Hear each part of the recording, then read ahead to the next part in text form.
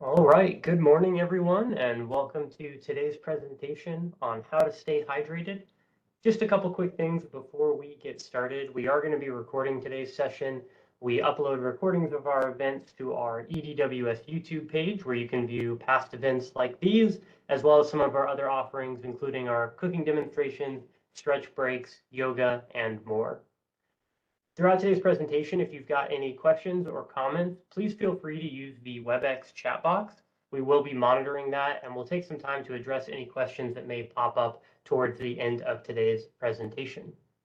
Without further ado, we will go ahead and get into it today. So my name is Ryan Smith. I'm the Wellness Program Administrator with our Employee Development and Wellness Services team here at Georgia State. And I'm joined today by my colleague, Cheryl Johnson-Ransoff. She is the Director of Employee Development and Wellness Services.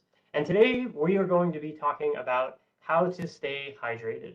Now, in July, this is a great time to be having this conversation, especially since just a couple days ago, we apparently had the hottest global temperature on record. I think it was on July 3rd. So it is warm outside, we are sweating, we really need to stay hydrated and keep that fluid intake up. So today we're going to talk about how we can do that.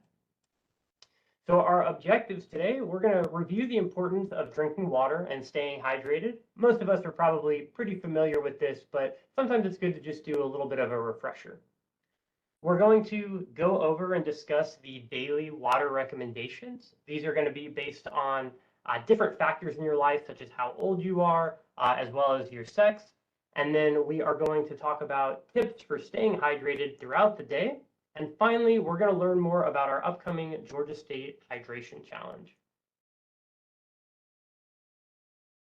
So just a little bit about me real quick. I mentioned I was the Wellness Program Administrator, but by trade, I am a licensed and registered dietitian nutritionist. So whenever you hear these recommendations today throughout the presentation, know that they are coming from my background as a dietitian. So this is going to be information based on the most up-to-date science and recommendations we have when it comes to water and fluid needs. And whenever you're looking for solid nutrition information, dietitians are going to be one of the best resources out there. So I always like to give a plug to my profession and encourage people to talk to a dietitian if you have access to one, or seek one out through your medical provider if you're looking to improve your health. So first thing we'll talk about is, of course, why we need water, and just sort of review these facts that we're probably familiar with.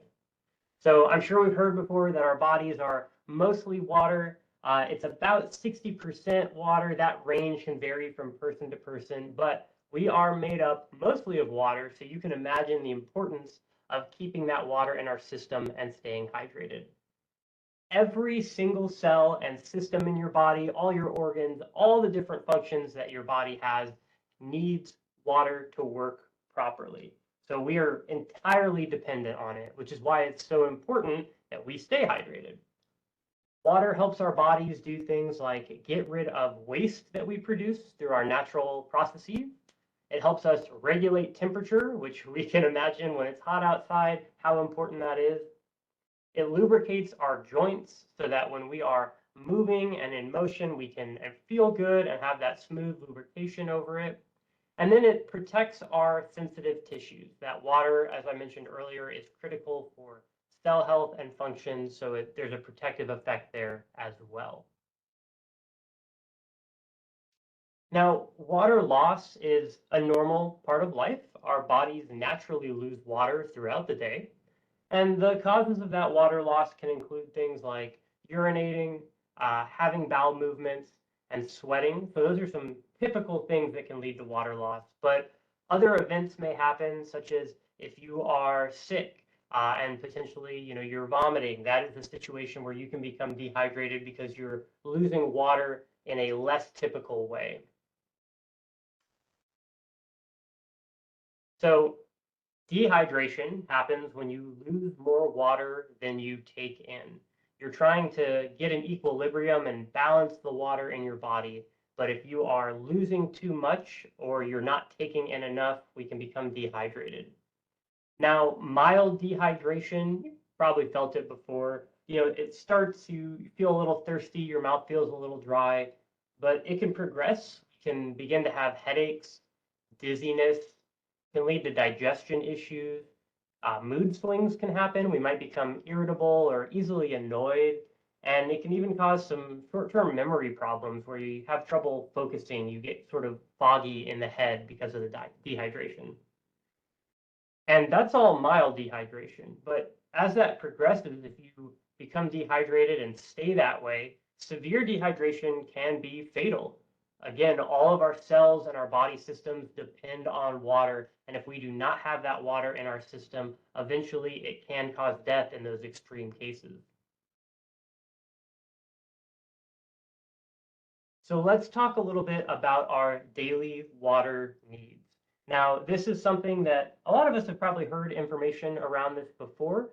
Where you hear it from, the source can kind of vary as to what the recommendations are, but I'm going to give you the best scientific recommendations we have today, as well as some additional recommendations to sort of adjust these values based on your personal needs.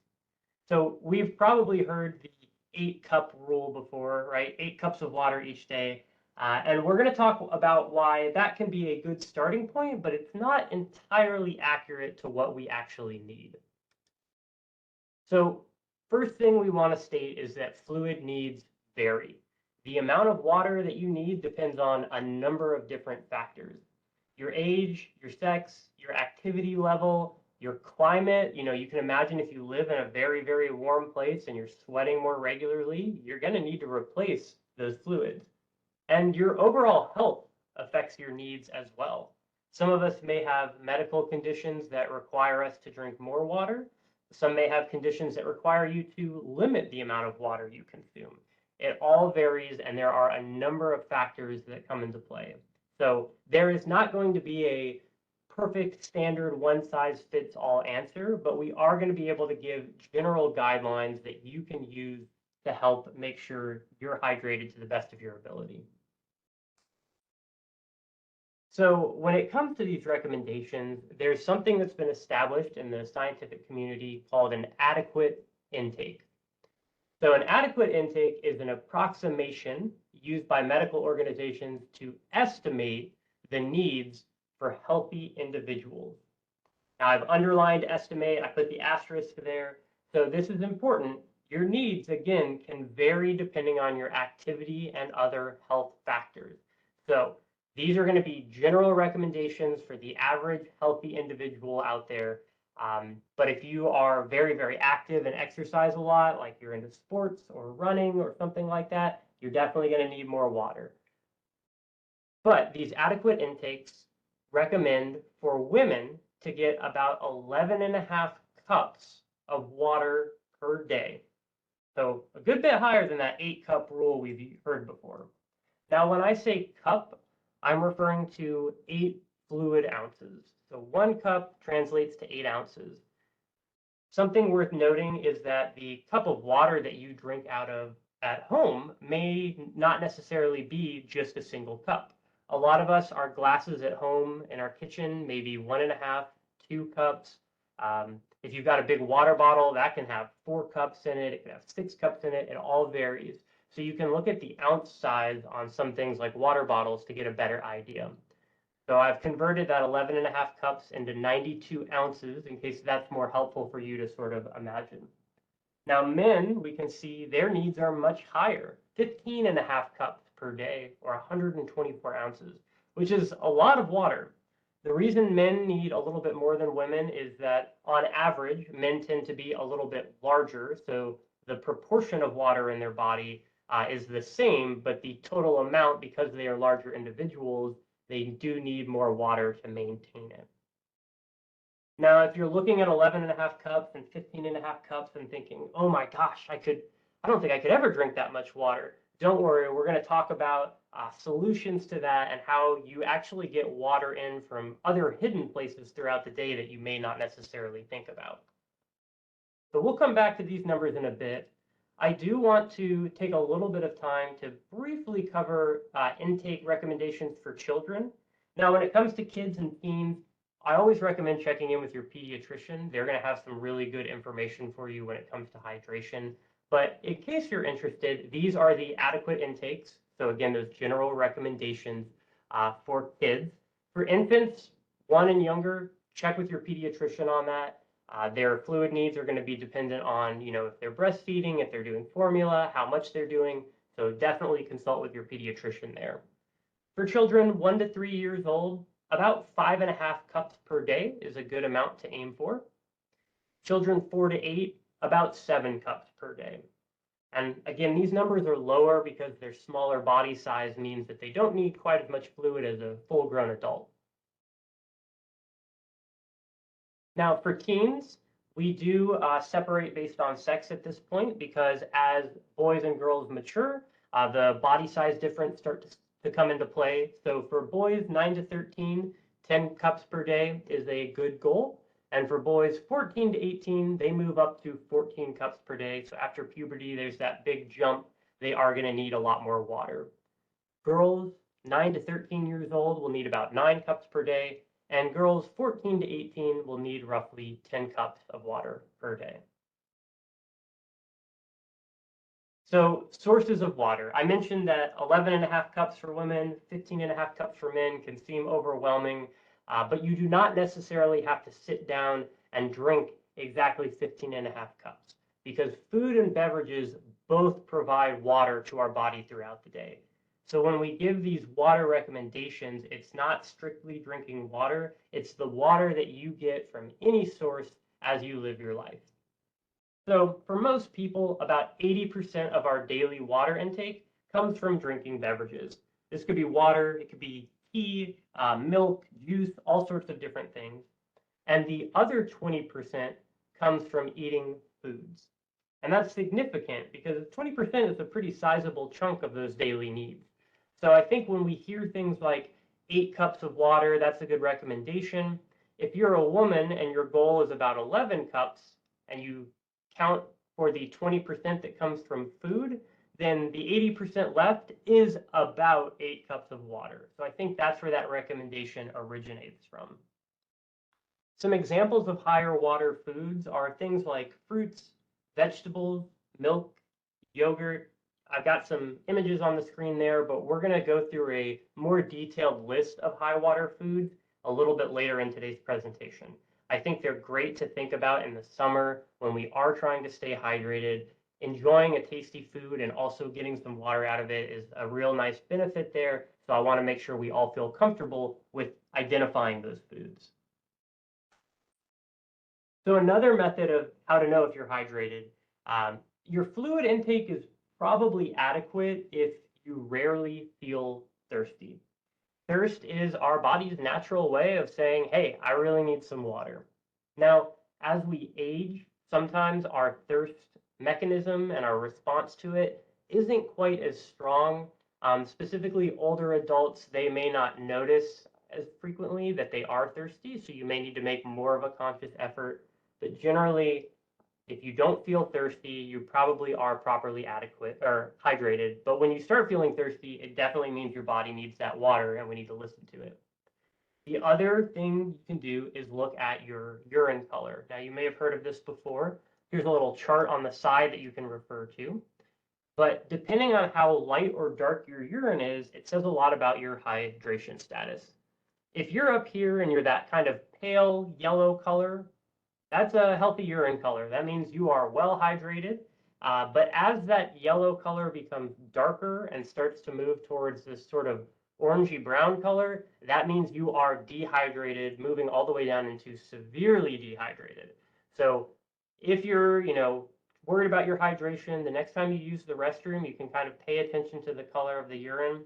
Something worth noting is that this chart is the color of the urine as it is by itself. So sort of as it's coming out of you. Once it's in the toilet bowl and there's water in the toilet, it becomes naturally a little diluted because there's already water there. So a lot of times people will look at their urine and see it diluted by the water and assume that they're more hydrated than they actually are. So it can be kind of hard to do this, obviously, but try to pay attention to that color prior to it getting diluted by the water in the bowl.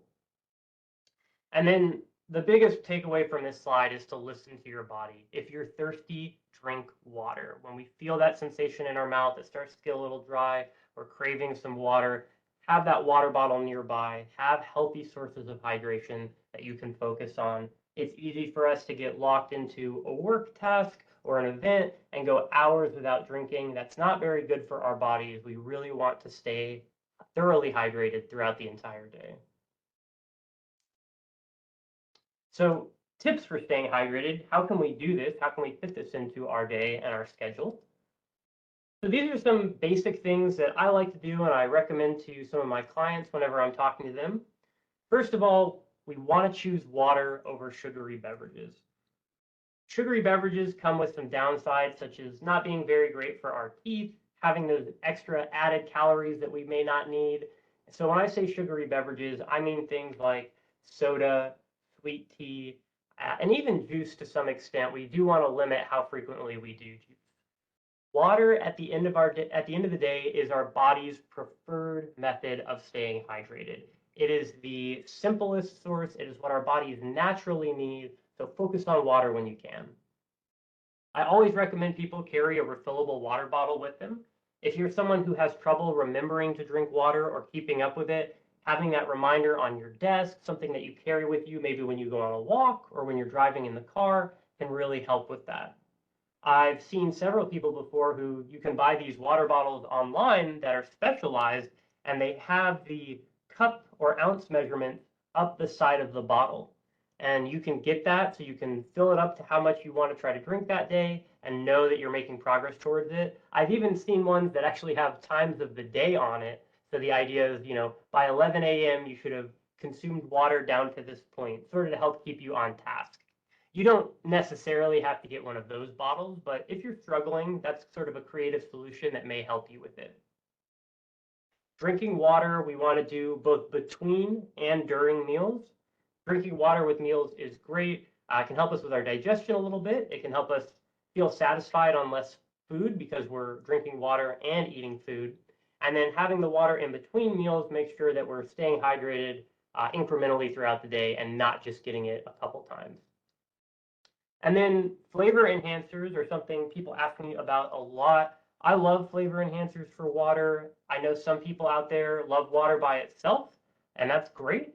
If you're an individual who feels like, well, I get a little bored of water sometimes, or I just want to spice it up and make it more fun, some low or zero calorie flavor enhancers can really just make it more fun for you. So lemon or lime juice is a great way to add just a little bit of tartness, a little bit of that fruity flavor. Cucumber slices or other fruit slices, you can sort of infuse water. That can be really fun, and it doesn't really add hardly any calories. You're just adding like a hint of the flavor, still focusing on the water primarily. And then some people may enjoy the 0-calorie flavor drink mixes like Crystal Light or some of the little powder add-ins. Those can be good in moderation as well. Again, our body's favorite form is just that pure water, but if you want to mix it up and enjoy some of those from time to time, you certainly can. And then I mentioned we would talk a little bit more about the high water foods. So this is not a fully exhaustive list of high water foods, but these are some common ones that you can sort of get the feel for when you're thinking about where else do I get water throughout my day. Again, it does not have to just come from drinking straight water.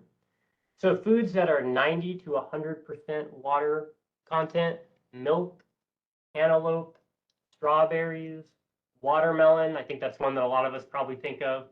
Lettuce, cabbage, celery, and cucumbers are really good examples. These are pretty light fruits and vegetables. They've got that just sort of refreshing flavor to them, and you can sort of tell when you bite into them that, oh yeah, there's definitely a lot of water content here. So those are great options to help you be hydrated just by eating. Moving down the scale a little bit, in the 70 to 89% water foods, these are also very good choices still. Things like bananas, grapes, oranges, pineapples, carrots, broccoli, avocados, and yogurt. So as a general rule, fruits and vegetables and milk and yogurt are going to be good sources of water. Now, other foods do actually still have water in them in most cases. Things like a chicken breast, for example, we might not think of as having water, but there is a small amount of water naturally there that your body's able to take and use. Most foods have water unless they are specifically a dehydrated or dried food, usually for preserving purposes. Those are going to have the water taken out of them.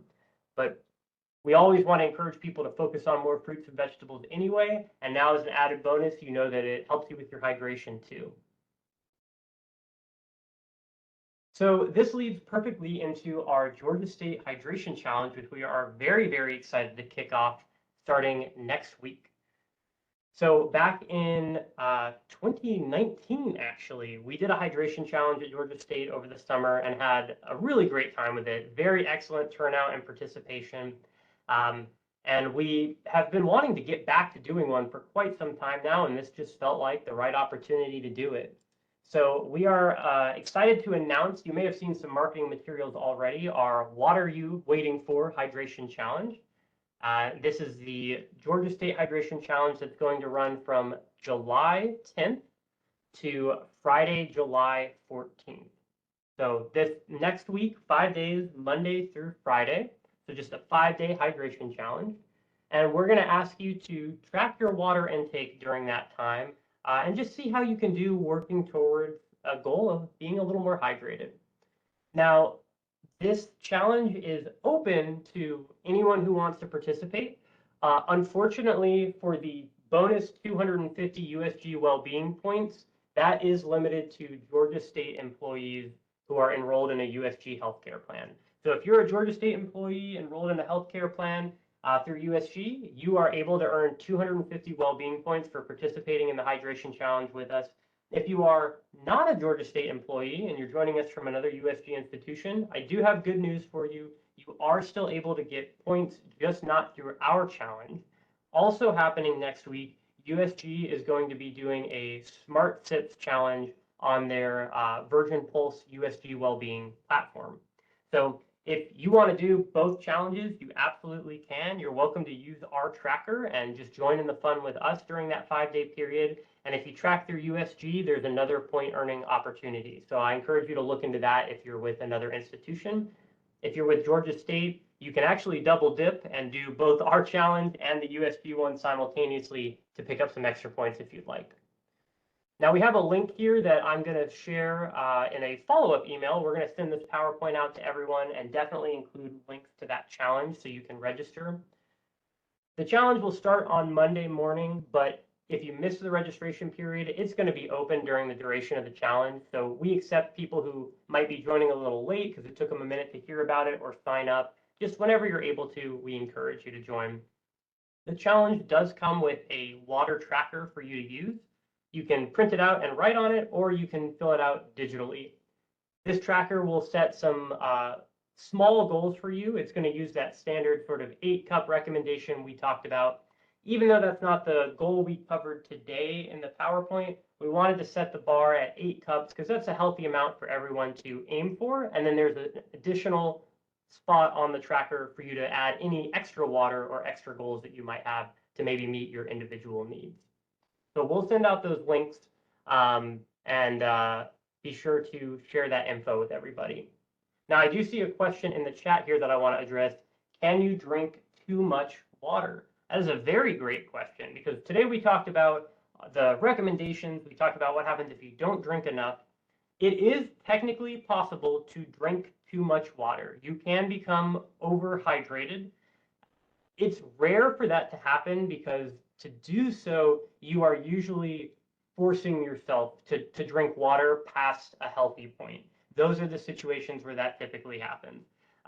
If you are listening to your body's natural thirst mechanism and just its internal needs, you are very, very unlikely to drink too much water. Again, it is very rare for that to happen. Some people who may have medical conditions, like if you have kidney issues, for example, and you'd probably be familiar with this already, but if you have kidney issues, your healthcare provider may have a limit on the amount of water you can drink.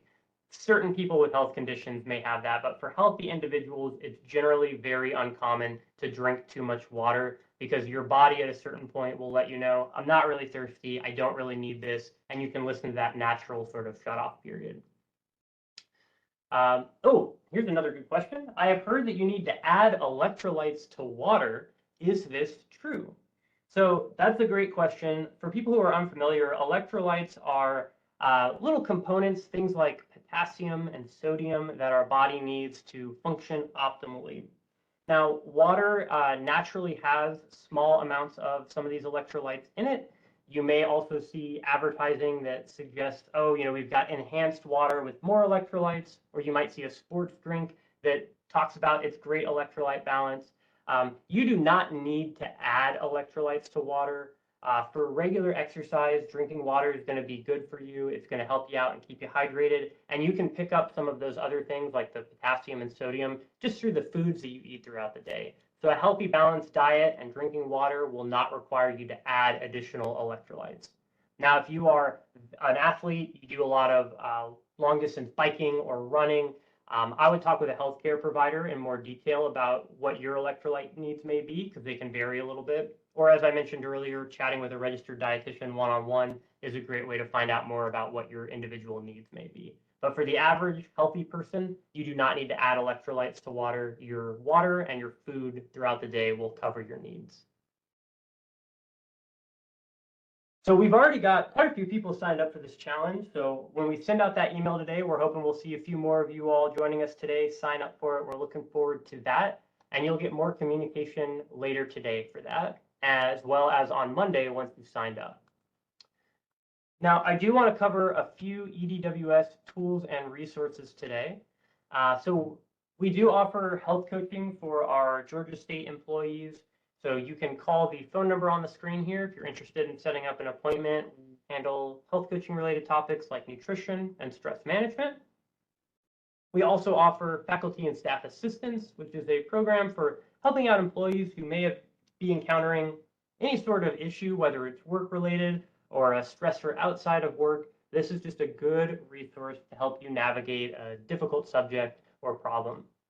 There's the email, fasa@gsu.edu, an emergency phone number for a crisis that may be happening. That number is available 24/7, as well as our main number for non-crisis situations that's operating during our normal business hours.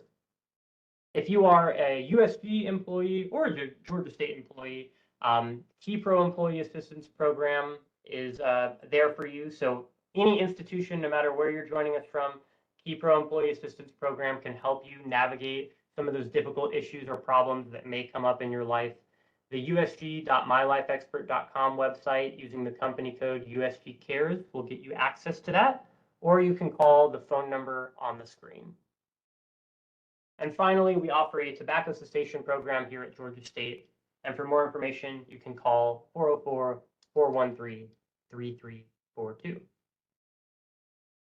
We've got events happening all throughout the month of July that we always like to advertise. So some of our upcoming EDWS events that are on the GSU calendar, as well as the general USG calendar. We've got our Mindful Moment coming up this Monday from 11 a.m. to 11:15 a.m. That's an opportunity to practice a mindfulness exercise that we'll go through together and just start your week off in a nice, relaxing, mindful place. USG will be doing a Wellbeing Wednesday on men's health on Tuesday, July 12th. Men's Health Week is in July, so it's a great time to learn more about that topic. I'll be doing a live cooking demonstration on Thursday, July 13th. Cheryl will lead our Snack and Share support group on Tuesday, July 25th. That's at noon. And if you're unfamiliar with that event, this is an opportunity for individuals to come and discuss.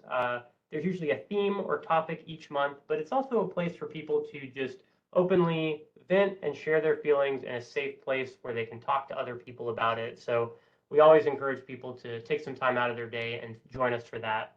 And finally, on Friday, July 28th, we'll have our guided meditation and chair yoga event. I realize there's an error with the time there. That should say from noon until 1:30 p.m., not 11:30 p.m. That would be a very long yoga session. So I'll correct that before I send that out in the PowerPoint. And finally, how to contact us. Our regular office hours are Monday through Friday, 8:30 a.m. to 5:30 p.m. We do have that emergency assistance line for crisis situations that's available 24 hours a day, 7 days a week. And we're located at 75 Piedmont Ave, Suite 60. The best way to stay up to date and get resources from us is through our website. We are EDWS, and we're on the HR portion of the GSU website. Our events are on that wellness calendar, and as I mentioned earlier, going to send out a link to that challenge, the hydration challenge, for anyone who is interested in joining us for it. Again, that's going to kick off next week, Monday, July 10th, and run through Friday, July 14th. So I will pause here and see if we have any more questions that get entered in the chat in the next couple minutes. But I just want to say thank you, everyone, for joining us today. We appreciate your participation.